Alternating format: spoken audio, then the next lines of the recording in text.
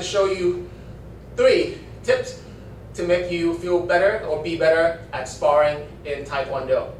So these are 3 fundamental skills that should be able to translate and transfer to higher belt technique as well as beginner skills. The first and the most important part when it comes to sparring is keeping your base, or keeping your sparring stand.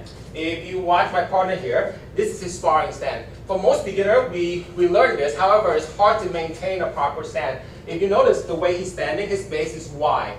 This is personal preference. Some can be a bit wider, some can be a bit more narrow, but this should be something that you feel comfortable in. So between 1.5 to 2 shoulder width. His knees are bent, his knees are always bent. This is how he should be resting, right? Now, sometimes when he has more energy or he more of a upright fight, he might see more bouncing. Sometimes it's more low key, but in any case, he stays pretty upright. As he's starting to move forward or backward, notice how his feet stay apart, right? We want to avoid where we click our heel together when we move. That's a bad example, sir, where we put the heel together. That is what we want to avoid, because when you bring your heel together, you have only one position or one base. That's where you're most vulnerable. And you can also not kick well from there. So whenever you move, let's say you do a forward slide, a backward slide, a step to the side, forward this way, forward this way. As he moves around, you notice how his feet are always apart. And this is something you can drill by yourself, but always keep them apart. Anytime you bring your heel together, that's an example of that, you want to avoid that. At worst, if you ever cross your leg, let's do a cross example, that's even worse. Because now you're crooked and you're unbalanced. That's the best time for you to be hit. And again, you cannot hit well or kick well if your base is not set. So to recap, set your sparring stand well, be in motion, feet always apart, knees always bent. Wherever you move, always keep your feet apart. Never ever where your feet should come together when you have a good base. Tip number 2 is maintain a proper distance in sparring. In Taekwondo sparring, you must understand what is the proper distance that you must keep during the match. So my partner and I are sparring. We want to understand how distance works. Distance for Taekwondo sparring means how far our kicks reach. Now, you will learn your own distance after a certain amount of practice. What that means is from which point you want to be at to hit the target that your partner is presently at. So if I'm out here, Master Dante would need to move to his preferred position to launch an attack. If we started it here, he would have to adjust his position to his preferred distance of attack. If you can control distance, you can control the kicks and also control the match. For most beginners, we don't know how to control distance. We end up getting caught in close distance. We try to kick awkwardly, or we're too far away and we're trying to kick when we don't have the target to kick.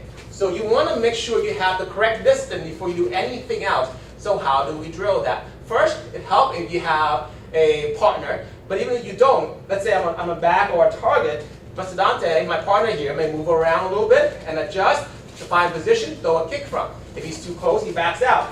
Sometimes he starts further away, and then he has to move in to kick. But start with that type of drill to put yourself in a different angle, different position, but the right distance.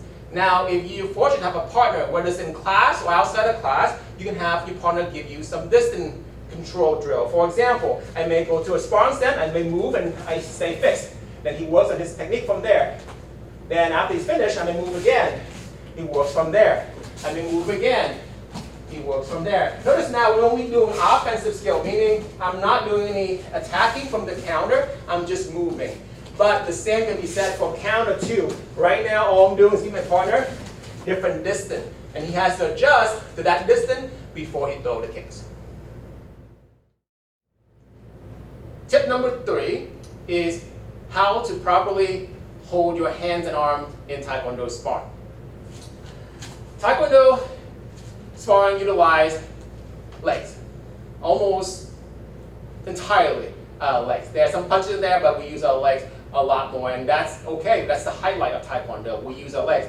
Therefore, we must set our position to favor defense or defenses against kicks.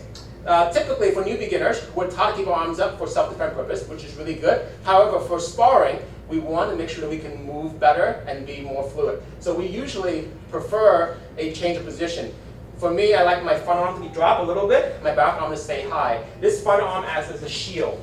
If a kick comes in, that shield takes it. Notice that my partner takes it and not try to block it, right?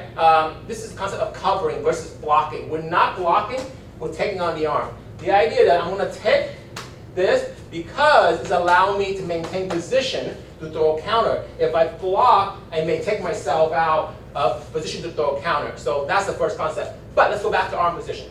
That front arm acts as a first line of defense. A kick from long range, it will take. Even if a high kick from a long range, his shoulder and his arm can still take it and not the scoring zone, which is the torso or the head. Now, if we switch feet, notice the back arm. That one's a bit higher. That's the second zone of defense. If I pass the first zone of defense and I go in for the second zone, that one's going to be there. So using the arm that way gives you the best opportunity to block long range and then mid or close range. If you keep both hands up, this is great for covering your head, but they'll leave you quite open on upward kicks, and that's where you get hit a lot in kicking styles. If you drop your hand too low, which is great for kicking, you end up getting headshots or some of those rare punches we talked about earlier that are coming in. So it's best to keep one arm up, one arm down as we move. So what Drew can do on your own is just practicing your bouncing, switching, moving, but having that front arm as a first line of defense and the back arm second line. And then you can visualize, is there an attacker coming in? How will you block it? How will you cover yourself? Notice that my partner doesn't reach out to block. He won't block what's out here. He'll only cover what's actually going to hit him. So again, one hand up, one hand low, and we move around. Let's watch it a little bit. Notice when he moves, when he changes stance, the hands also change. The front arm is the first line of defense. The back hand is second line of defense. By the way, the back hand can also be used for a punch. This is also a good drill if you want a shadow box, meaning you can visualize someone kicking, moving and blocking, moving and covering, moving and hitting back with a punch. But by doing this, it's emphasized the importance or the correct way of holding our arms and hands in Taekwondo spar.